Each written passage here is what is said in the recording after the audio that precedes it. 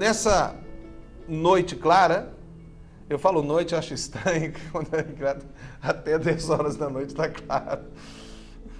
Nós vamos falar mais uma vez sobre o Vale dos Ossos Secos. E hoje eu vou falar que no Vale dos Ossos Secos encontrei esperança e fé. Na última pregação, quando falei sobre o Vale dos Ossos Secos, eu disse que no Vale dos Ossos Secos eu encontrei vida. Parece ser algo totalmente contrário. Como encontrar vida no Vale dos Ossos Secos? Num ambiente de morte, de destruição, num ambiente de desesperança, num ambiente que não existe possibilidade de vida, eu encontro vida. Como? Da mesma maneira, eu posso falar nessa noite que no Vale dos Ossos Secos, eu vou mostrar para vocês através da palavra de Deus que eu encontrei, lendo a palavra de Deus, esperança e fé. E o texto está mais uma vez em Ezequiel capítulo 37, do verso 1 ao verso 14, nós vamos estar lendo. É o mesmo texto que eu li na pregação passada. E se o Senhor assim o permitir, será o mesmo texto que eu falarei na última mensagem dessa série, mais para frente, quando tivermos o terceiro ato profético.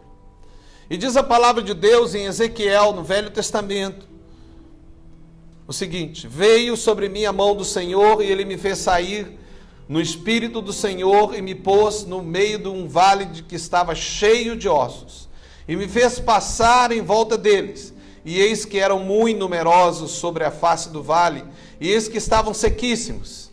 E me disse: filho do homem, porventura viverão esses ossos? E eu disse, esse é o profeta Ezequiel: Senhor, Deus, tu o sabes. Então me disse: profetiza sobre esses ossos e dize-lhes: ossos secos, ouvi a palavra do Senhor.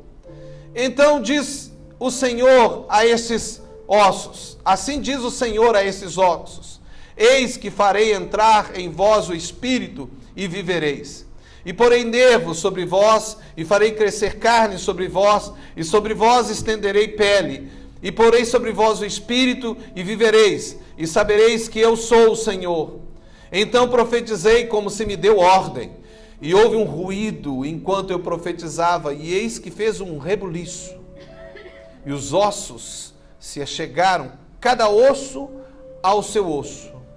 E olhei, e eis que vieram nervos sobre eles, e cresceu a carne. Estendeu-se a pele sobre eles por cima, mas não havia neles espírito. E ele me disse: profetiza ao Espírito, profetiza ao Filho do Homem, e dize ao Espírito: assim diz o Senhor Deus: vem dos 4 ventos, ó Espírito, e assopra sobre esses mortos para que vivam. E profetizei como ele me deu ordem. Então o Espírito entrou neles, e viveram, e se puseram em pé, um exército grande em extremo. Então me disse: filho do homem, esses ossos são toda a casa de Israel.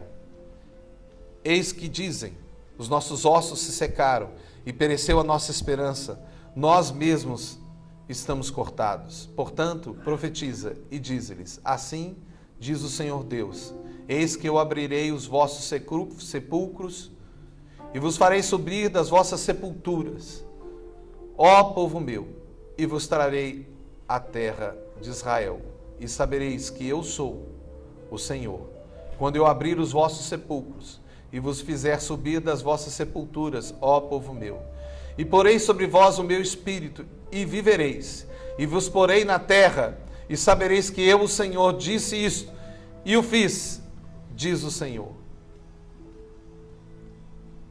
Eu queria só relembrar as palavras que eu falei na última pregação, mas lendo esse texto, nós pensamos assim realmente como uma ficção, um filme. Imaginando um vale de ossos secos, ossos espalhados, e de repente o profeta olha tudo aquilo e Deus fala: eles vão viver. Sabe, alguns poderiam olhar para essa pergunta e pensar assim: Que ridícula essa pergunta. É óbvio que não pode ter vida. Mas quem estava perguntando? Não era qualquer um. Era aquele que tinha poder de dar vida. Portanto, o profeta que conhecia Deus e sabia que Deus é um Deus dos impossíveis, ele disse: o Senhor o sabe. E ele não estava mais olhando com olhos naturais, mas estava olhando com os olhos do Espírito e estava crendo que por trás daquela pergunta havia alguma coisa. Mesmo olhando ossos separados, sequíssimos. Que vida pode haver num osso? Mas quando ele obedeceu a Deus, quando ele encontrou vida, ele profetizou. E aqueles ossos se juntaram, os nervos se cresceram, a carne se cresceu. Assim cresceu. Mas eram cadáveres ainda, mortos. Mais uma vez ele creu e profetizou. E os cadáveres se tornaram vivos. Você pode dizer que é impossível a Inglaterra se levantar. Mas eu creio que é possível. Aleluia. Eu posso olhar para a Inglaterra como um vale de ossos secos. Realmente nós vemos aí a estrutura de uma igreja poderosa que houve no passado. Mas são apenas ossos secos. Mas nós não vamos ficar aqui nessa terra olhando o que Satanás está preparando para ela e não fazendo nada. Nós vamos lutar pela Inglaterra. Nós vamos clamar por ela. Nós vamos pregar. Vamos trazer de volta, em nome de Jesus, os ingleses. E eu creio, com fé, que em breve nós teremos pastores ingleses nesse púlpito, pregando em inglês para nós. Vamos orar. Obrigado, Senhor. Obrigado, porque o Senhor tem nos dado a oportunidade de poder olhar, ó Deus, a Tua palavra e retirar dela verdades tão profundas. O que nós clamamos nesta noite, Senhor, é pela Inglaterra, para que o Senhor possa, em nome de Jesus, trazer algo de poderoso e possa transformar essa nação, em nome de Jesus. Amém. Onde está a bandeira da Inglaterra? Traga ela para cá. Vocês conhecem a bandeira da Inglaterra? Então traga ela para cá. Nós vamos deixar ela aqui. Amém?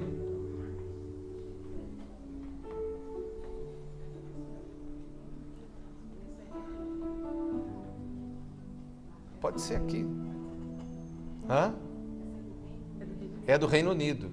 Ah, me desculpe, eu falo do Reino Unido. A Inglaterra vai estar junto.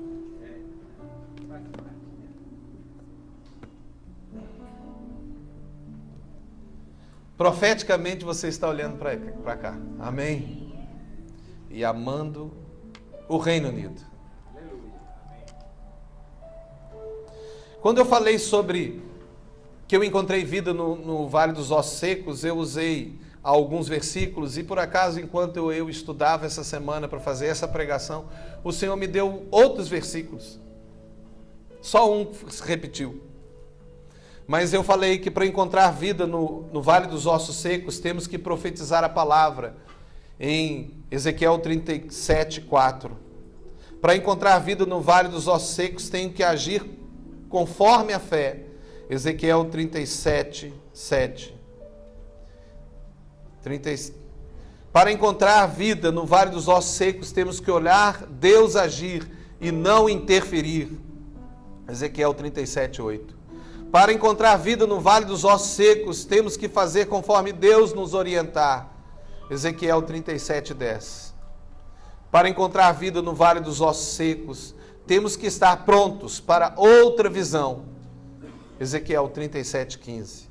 Eu não vou repetir o que eu falei, apenas estou aqui mencionando aquelas partes principais, porque hoje vamos falar sobre encontrar esperança e fé no Vale dos Ossos Secos. Quando nós falamos sobre vida, nós estamos falando sobre algo que Deus estava mostrando para nós. E hoje nós vamos falar sobre fé e esperança.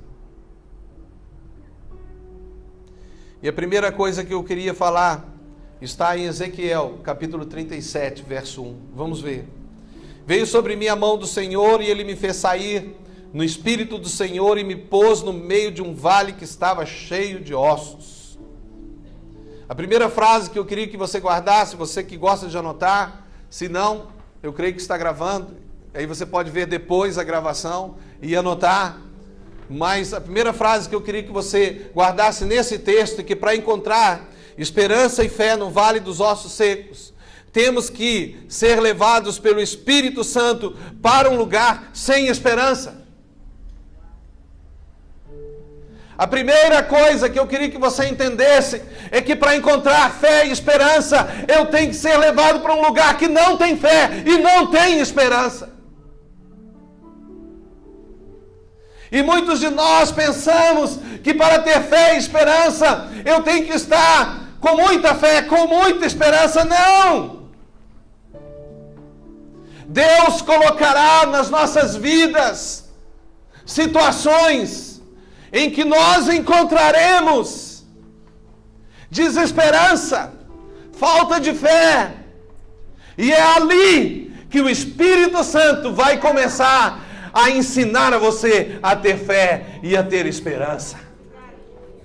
Quando tudo parecer que acabou, quando não há mais possibilidade, Ele mostra que do impossível Ele faz o possível. Aleluia!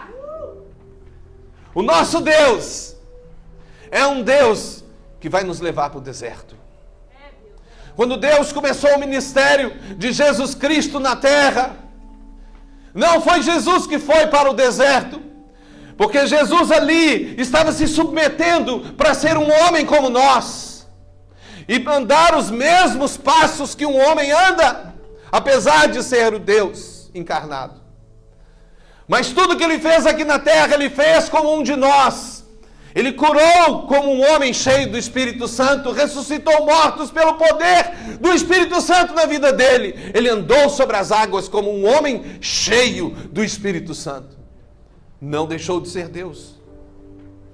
Mas aqui na terra, Ele se submeteu a ser um homem, a ponto até de ser um servo de nós, sendo Ele o Senhor dos senhores. Mas foi o Espírito Santo, diz a Bíblia, que levou Jesus para o deserto, para ser tentado. Isso vai acontecer com você. Preste atenção, quanto mais você andar com Deus, mais serão as provas. Ô, pastor, não fala isso. Me dá uma palavra melhor, uma palavra mais de prosperidade, Não. Eu digo para você, vai ter prosperidade, graças a Deus, porque Ele quer nos prosperar. Mas Deus também quer tratar os nossos nosso caráter, quer tratar a nossa vida, e Ele quer nos dar fé e esperança, e para isso Ele vai colocar situações em nossas vidas, situações de desesperança, situações em que parece que a fé desapareceu. E aí Ele vai aparecer, e vai te falar, fui eu que te coloquei aqui. Mas para que o Senhor me colocou aqui? Para mim? Não. Eu tenho uma boa notícia para você. O Senhor vai colocar em situações difíceis. Em situações muito difíceis. Sabe para quê? Para você começar a aprender a ser como Ele é. E sabe como que Deus é? Deus vive para os outros. É assim que Ele começa a sua existência. Veja, Ele é Pai, Filho e Espírito Santo. Na eternidade, um já vivia para o outro, porque Deus é amor e só ama, e só pode ser amor quem ama, pois Deus ama o Espírito, o Pai ama o Espírito, e o Espírito ama o Filho, e o Filho ama o Pai. Deus, Ele é completo em si mesmo, por isso Ele não precisa de nós, mas Ele decidiu que nós podemos fazer parte desse relacionamento divino. Ele não precisa de nós na eternidade. Ele já tem quem ama e quem é amado. Ele já adora e é adorado por si mesmo. A vida dele é se dar. E aqui começa a vida sua. Você que é um cristão, que aceitou Jesus como Senhor e Salvador da sua vida. Agora você não vive mais para si. Você vive para o Senhor e para os outros. E como consequência, o Senhor vai te abençoar. Buscai primeiro o reino de Deus e sua justiça. E essas coisas que os gentios procuram, vos serão acrescentadas. Casas, empregos, dinheiro, prosperidade, tudo isso está disponível para nós. Mas o objetivo não é para nós. O objetivo é para os outros.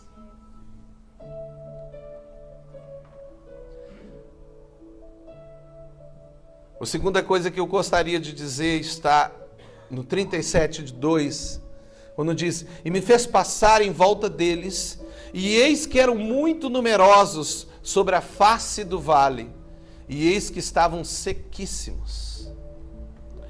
Anote aí a segunda frase que eu queria dar para vocês: para encontrar esperança e fé no vale dos ossos secos, temos que estar perto daqueles que precisam de ajuda. Prestar atenção no que eu disse. Deus te leva para uma situação de deserto, e nessa situação Ele te mostra quem precisa mais do que você. Você é colocado perto de quem precisa. E é ali que Deus vai começar a estabelecer esperança e fé na sua vida. Se você pensa que você pode ser um cristão vivendo para si mesmo, você nunca será. Nunca será um verdadeiro cristão. Você vai ser um falso cristão, mas um verdadeiro não, porque quem é cristão dá a sua vida pelos outros. E Deus aqui começa a ensinar no Vale dos Ossos Secos que encontrar esperança e fé é quando eu fico perto de quem precisa de ajuda. Alguns aqui talvez chegam para mim e falam assim: pastor, mas eu não tenho um emprego, um chefe. Aí eles falam uma nação da terra qualquer aí. Ou é um judeu, um português, um italiano, não é? E fala: não, pastor, você não sabe. Eu faço cleaner na casa e você não sabe. Você sabe por que você está lá? Não é para ganhar dinheiro. Foi o Espírito Santo que te deu e te colocou ali para você ser uma testemunha, para que essa pessoa seja salva. Amém. Seu chefe. Amém. A pessoa que você faz cleaner, ela precisa de ouvir de Jesus. Não sei como, mas Ele vai abrir uma porta. Ela vai ver o testemunho. Quem é essa? Quem é essa pessoa que limpa a minha casa? Quem é? Quem é essa pessoa que sempre está sorrindo? Quem é? Quem é? E você constrói uma casa, e você aluga uma casa, mas quando você aluga a casa, você é bondoso, você tem justiça, e os seus inquilinos falam: mas este que me aluga a casa, ele é tão bondoso, ele parece meu pai. Por quê? Porque nós somos a igreja de Jesus Cristo.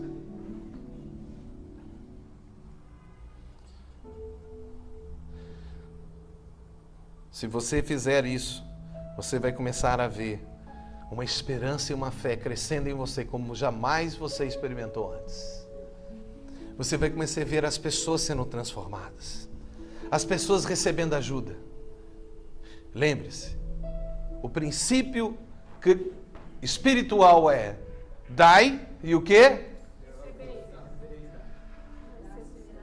E vos será dado. Plante que você colhe. Você quer ajuda? Plante ajuda. Ajude que você será ajudado.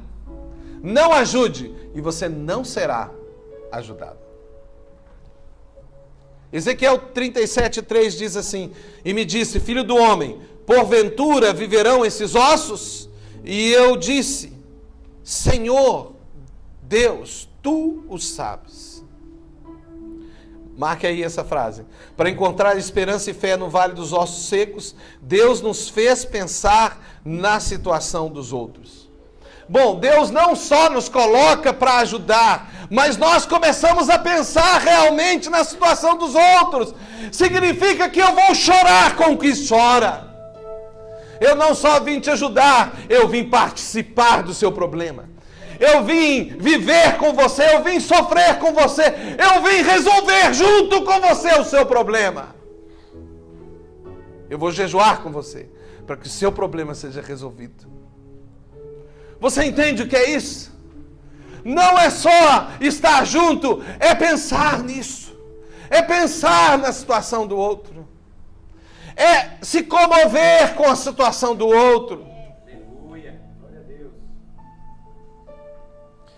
Esse vale, que é um vale de indecisão e de dúvida, começa a se tornar para você um vale de esperança e de fé. Porque você começa a ser como Jesus é. Você quer ser como Jesus? Ele veio lá do céu para um vale de ossos secos. Ele veio aqui na terra para um vale de ossos secos. E ele veio para esse deserto. E ele ficou junto de quem precisava de ajuda. Mas não só isso. Ele pensava nessas pessoas. Ele se preocupava conosco e se preocupa ainda conosco. E é assim que nós temos que ser. Quando eu olhava hoje na televisão o aniversário da rainha, e eu via aquela família linda, poderosa, uma das famílias talvez mais poderosas da terra ali, o meu coração se inclinou a orar por eles, pedindo: Senhor, Senhor, salve-os! Porque o que adianta toda essa riqueza, poder, sem Jesus Cristo? O que eu quero é chegar no céu e encontrar a rainha lá e falar: irmã em Cristo. Aí ela vai me abraçar, com certeza. Aqui nem dá a mão, mas lá vai me abraçar. Se ela for. Porque ela tem que aceitar a Cristo. Não pense você que o título de rainha ou o título de irmão na igreja te dá o direito de ser cristão. Ou o título de ser filho de crente. Eu sou filho de crente, então eu vou para o céu. Não, isso não te faz cristão. O que te faz filho de Deus é se você nascer de novo. É você que tem que tomar essa decisão.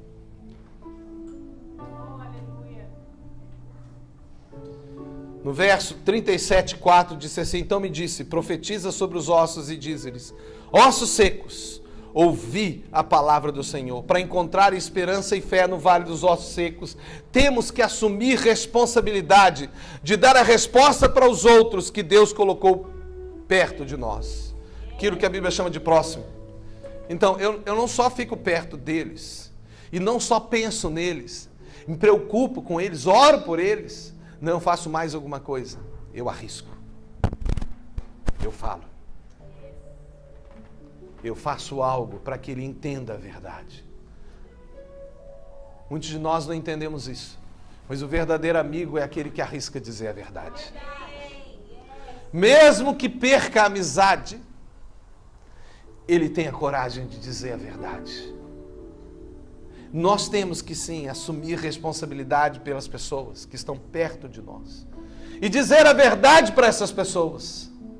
Hoje em dia, quem diz a verdade está sendo classificado como um grupo de pessoas que não respeita os outros. Mudaram agora. Satanás conseguiu construir uma mentira tão lógica que as pessoas, quando você diz a verdade, dizem: você tem que me respeitar, você não pode falar assim comigo. Afinal de contas, tem tantas religiões na terra. Por que você diz que você tem a verdade? Deixa eu lhe falar uma coisa, eu digo que tenho verdade porque eu conheci a verdade. Eu conheci a verdade, ela se chama Jesus Cristo. Eu conheço Ele. Quando você conhece Jesus, você sabe que Ele é a verdade. Não é Mohamed, Não é Buda, nem Confúcio, nem nenhum dos mestres dessa terra, porque todos morreram e estão debaixo da terra. O único que ressuscitou dentre os mortos é Jesus Cristo, e Ele está vivo. Ele está vivo. Agora, se você não acredita em mim e ainda está engodado por essa feitiçaria, dessa mentira, que vira e fala, vocês estão dizendo. Quando alguém vira para mim e fala assim, por que vocês falam? É porque você não faz parte do grupo dos vocês. Você está ainda do lado de fora. Porque no dia que você fazer parte dos vocês, quando você fazer parte da igreja, você não vai perguntar mais, porque você vai conhecer Jesus. E não haverá mais dúvida, porque o seu espírito vai testificar com o Espírito de Deus, de que você é filho de Deus. E você vai conhecer a verdade. Mas se você ainda tem dúvida, que Jesus é o único caminho, como ele disse, que preste atenção. Ou Jesus disse a verdade, ou Jesus é um mentiroso. Porque Jesus disse, eu sou o caminho, não o caminho, a verdade e a vida. E ninguém vem ao Pai, se não for por meio de mim. Ou ele disse a verdade, ou ele é o maior mentiroso da face da terra. Mas eu creio que ele é verdadeiro. Não há outro caminho para o céu. É Jesus e só Jesus. E se você tem dúvida, faça a prova dele. Pergunta para ele. Fala com ele, Jesus, me prova que o Senhor é verdadeiro. Ele está vivo, ele vai te provar.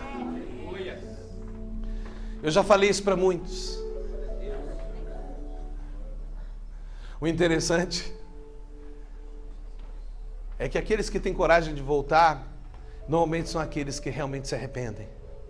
Porque os que não se arrependem não querem voltar porque são orgulhosos, não querem dizer que Jesus provou que é a verdade. Mas aqueles que voltam, eles falam, você não acredita? Como que Jesus se mostrou para mim? Como ele foi verdadeiro? Como ele demonstrou? Eu percebi a verdade. Então pergunte para ele. Ele está aqui agora. Ele está vivo. Você está sentado nessa cadeira? Talvez você esteja até rindo dentro de si dessa palavra. Então agora, em nome de Jesus Cristo, você que está zombando de Deus, vai receber agora em nome de Jesus um impacto da verdade. Senhor Jesus, agora como ministro do teu evangelho, eu declaro em fé que o poder do Espírito Santo possa impactar aquele que tem dúvida. E nessa semana aconteça algo na sua vida, para que jamais você zombe mais de Deus ou pense que Ele não existe.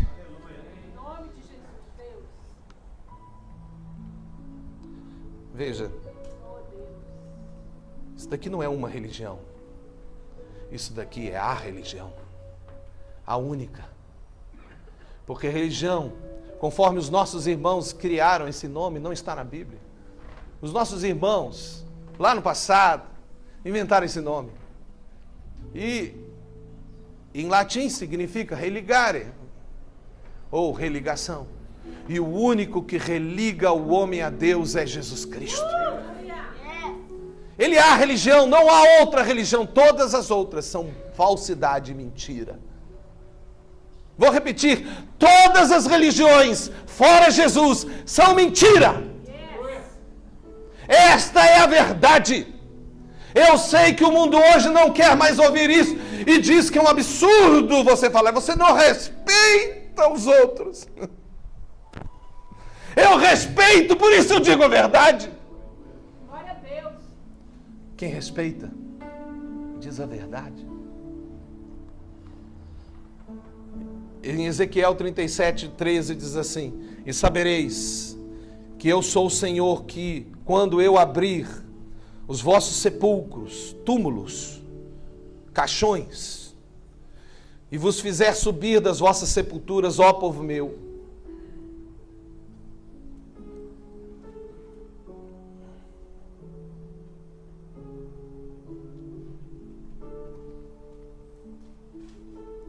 37:13. E sabereis que eu sou o Senhor, quando eu abrir os vossos sepulcros e vos fizer subir das vossas sepulturas, ó povo meu, para encontrar esperança e fé no vale dos ossos secos. Nós descobriremos, preste atenção, o amor de Deus junto com os outros.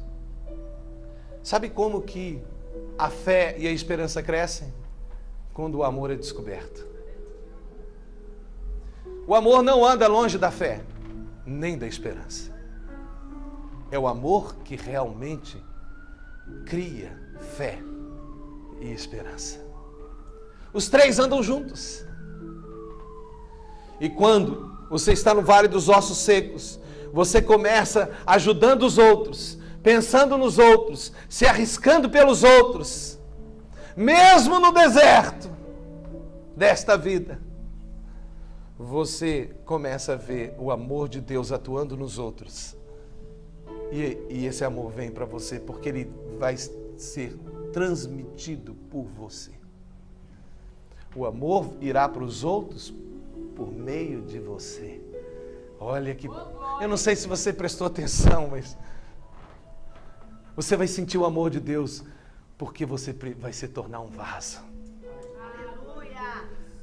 Como Deus quer amar o mundo, Ele vai amar através de você. E quando Ele amar através de você, você vai sentir o amor de Deus. Aleluia. Como Deus ama. Glória a Deus. Amando através de você. Percebeu o que eu disse? Uau! Será que você entendeu o que eu disse?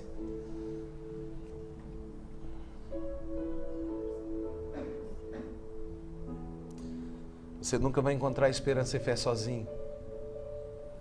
Muito menos vai entender o que é amor sozinho. Porque amor, ele ama. E então é amado. Quem ama, entende o que é amor. Quem é amado, é impactado pelo amor.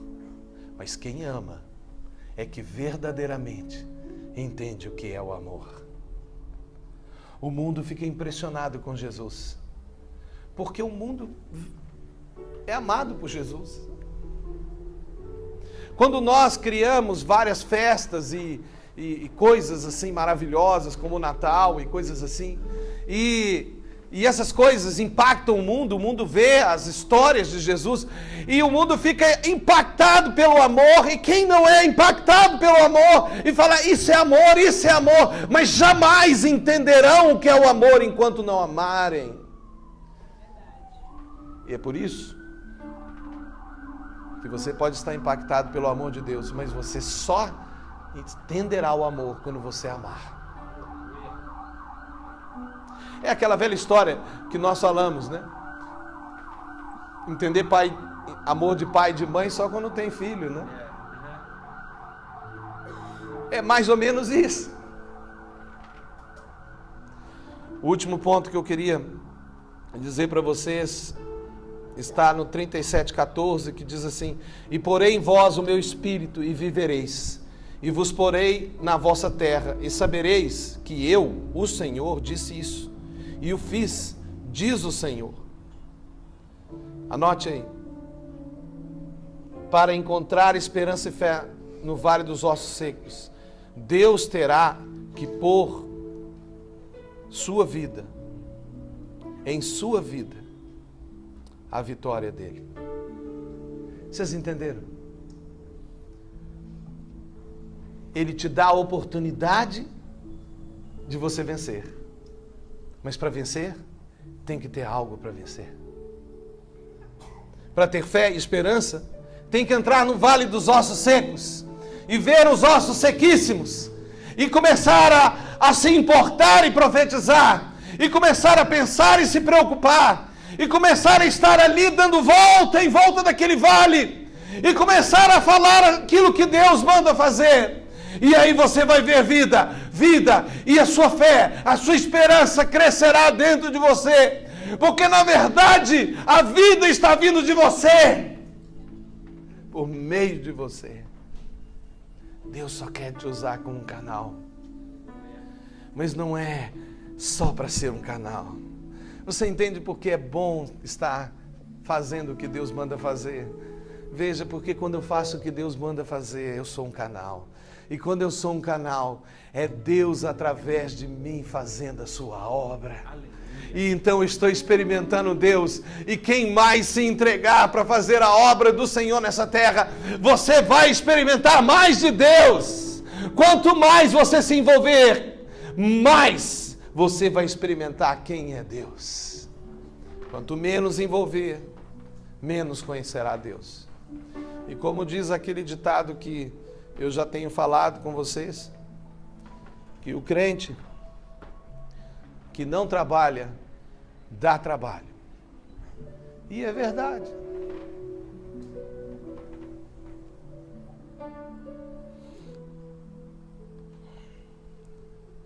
Eu queria ler uma frase final para a gente estar terminando. Encontramos a fé e a esperança, então, sendo levados para o deserto, aprendendo a ajudar pessoas mesmo no deserto, pensando nelas, assumindo responsabilidade por elas, chorando junto com elas. E depois disso, nós veremos o amor e a vitória. No Vale dos Ossos Secos, eu posso ver fé e esperança. E você? Você pode ver fé aonde não existe esperança? Talvez você esteja aqui sem fé e sem esperança nenhuma. Talvez você até tenha desistido de Deus. Talvez você venha à igreja, se assente nos bancos, talvez até consiga ficar acordado quando o pastor está pregando. Bom, pelo menos eu espero que fique. Mas veja, você pode não ter nada, mas o Senhor está aqui. Ele te ama. Ele pode reconstruir a sua vida. Ele quer e Ele tem uma história para a sua vida. Não acabou. Sua história não acabou. Alguém aqui pode olhar para mim e falar assim: pastor, você está falando, é muito fácil para você falar. Você não conhece a história da minha vida. Você não sabe o deserto que eu fui colocado no ano de 2009, quando eu perdi tudo. Perdi minha casa, perdi a minha igreja, que me abandonou. O pastor, que era o mais querido meu, me atacou na justiça para me destruir. Tentaram tirar minhas 2 filhas e levaram elas. Quase perdi a minha esposa. Eu não contei para vocês ainda essa história, só para alguns, mas é bom que vocês saibam. Eu passei por aquele deserto e eu pensei até em desistir de viver. Eu quis até morrer. Pela primeira vez na vida eu olhei para mim mesmo, assentado lá num dos quartos que nós tínhamos, uma casa grande que eu perdi, porque tudo que eu tinha era da igreja. Eu olhei para os meus pulsos e pensei: vou me matar. Mas o Espírito Santo estava ali. Na verdade, eu senti pela segunda vez da minha vida, porque a primeira vez foi em 1975, quando eu tinha 10 anos de idade e eu me converti, e Jesus falou claramente, e eu ouvi com esses ouvidos as palavras deles, ele dizendo: eu te amo. Eu ouvi mesmo uma voz. Mas nesse dia foi a primeira vez que eu senti que Jesus também tem braços. Quando Ele me abraçou, sentado no chão, e Ele disse para mim: você vai continuar. Eu estou do seu lado. As minhas filhas foram embora. Já são 7 anos sem vê-las.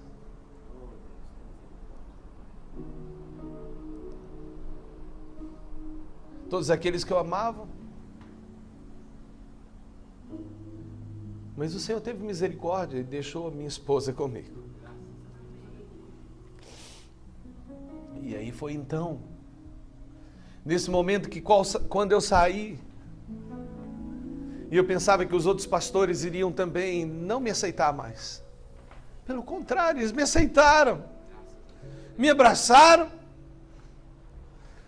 Me lembro do pastor Jorge Linhares, querido pastor Jorge Linhares, que veio para mim, um outro pastor, estávamos na mesma situação, e ele, abraçando-nos, ele falou: agora sou eu que tomo conta de vocês dois. Quem bater em vocês, bate em mim.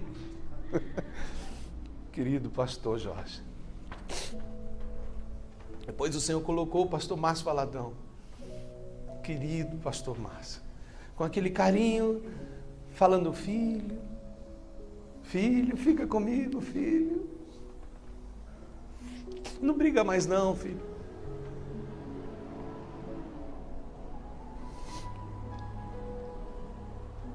Eu podia desistir, mas não desisti. E não vou desistir. Eu saí de lá, fui para o Rio Grande do Sul. Fui para a África, voltei. Depois fui para o Amazonas. No meio da floresta amazônica. E eu me lembro ali, quando eu estava no meio da floresta amazônica com aquele grupo de ribeirinhos, 52. Eu me lembro que, num momento, eu estava descendo no barco do rio, o rio Manacapuru, o rio grande, voltando para casa, já era tarde, eu olhava para aquele céu, quem não viu o céu e a floresta amazônica, eu acho que falta alguma coisa para você, é lindo. Eu olhava para aquele céu estrelado, não tinha luz para nenhum lado, e um dos irmãos estava dirigindo aquela lancha, e eu deitado olhando, o Espírito Santo virou para mim e falou assim: agora perdoa eles. Perdoa? Eu já perdoei, Senhor. Não, perdoa. E eu vou te dizer mais. Pede perdão. Pedir perdão? Mas aí eu lembrei que eu fiquei com raiva. Que eu briguei. Que eu desejei até a morte de alguns. Eu me lembro que teve um pastor que virou para mim no dia, no conselho de pastores, mais de 2.000 pastores ali. Ele chegou para mim, aproximou e disse assim: se fosse eu, matava ele. Eu olhei para ele e falei assim: mas como matava? Eu sou cristão. Eu sou cristão. Mas ele roubou tudo de você. Ele é um falso profeta. Não importa se é falso profeta. Não me importa se é feiticeiro, se é bruxa, seja o que for.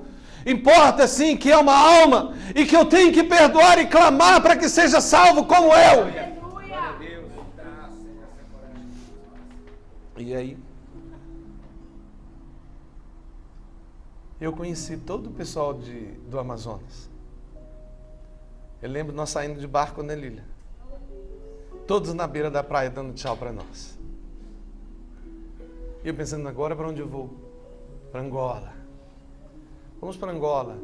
Lá em Angola, mais um grupo querido de pessoas. E o que eu fiz? Nada. O que eu fiz? O que todos nós temos que fazer: dar a vida uns pelos outros.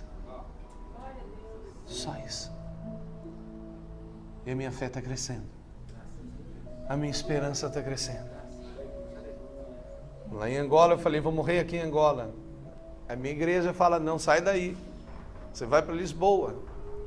Eu preparo, vou para Lisboa. O pastor João liga para mim e fala: vai para Londres. Você pode vir para Londres? Você pode vir? Eu falei: vou. Eu vim. E conheci vocês. Cada um de vocês. Vocês estão chegando. Cada um de vocês. São o que nós temos de mais precioso na terra. Preste atenção. Somos nós. Nós vamos estar no céu pela eternidade.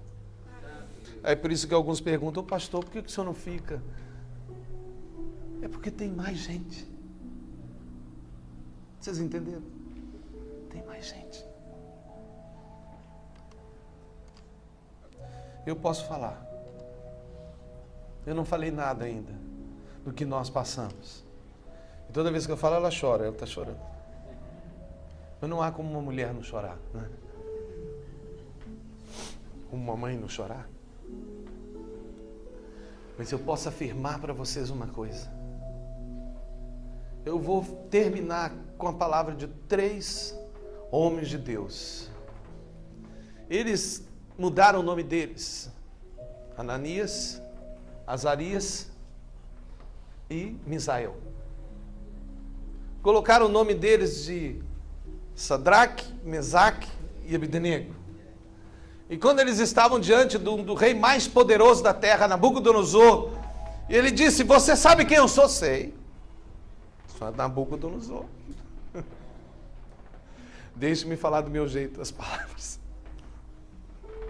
Você sabe que eu tenho poder de jogar vocês na fornalha de fogo e tirar vocês daqui? Sei. Então vocês dobram seus joelhos e me adorem. Dobra aí. Dobra perante Mamon. Dobra. As respostas deles foram 3. Deixa eu ver se eu lembro. Mas mais ou menos assim. Bom, eu creio que foram os 3 respondendo. Porque foram 3 respostas. Então é como se um tivesse chegado e falado: olha, rei, é o seguinte. Sobre isso, nós não temos que conversar. Você já pensou que resposta é essa? Que atrevido é esse? O rei falou que tem poder. Ele falou assim: ó, sobre esse assunto nós não temos mais que conversar.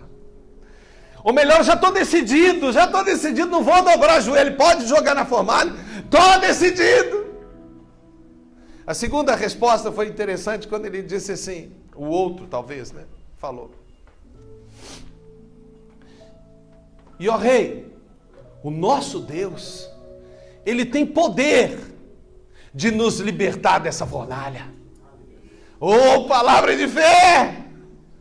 Eu diria que a maior parte de nós, da igreja do Senhor na face da terra, especialmente com a teologia da prosperidade, está dizendo isso. E é a palavra de Deus mesmo, Está certo. Está certo, não está errado não. Tem que ter fé mesmo. Tem que proclamar fé. Tem que dizer: olha, se Deus quiser, Ele me tira dessa fornalha, viu, rei? Mas teve a terceira palavra, e são poucos que chegam nessa última. E eu queria que você chegasse, porque a última palavra foi a seguinte: e fica sabendo, ó rei, que se o Senhor não nos libertar dessa fornalha, nós ainda não dobraremos os nossos joelhos a você. Ou melhor, mesmo que eu não veja, mesmo que pareça que não há esperança, que não existe fé mais em mim, eu mesmo assim não vou desistir, eu vou permanecer até o fim, e eu vou morrer por Jesus Cristo. Mesmo que você chegue nessa última palavra, que você chegue a amar a Jesus mais do que as bênçãos dele, que você conheça Ele. O Jesus que eu posso dizer para vocês, aquele Jesus que falou comigo: eu te amo, e que no momento mais difícil da minha vida, estava sentado do meu lado, e eu senti o abraço dele, envolvendo os meus ombros, e dizendo: eu estou com você. Oremos. Graça.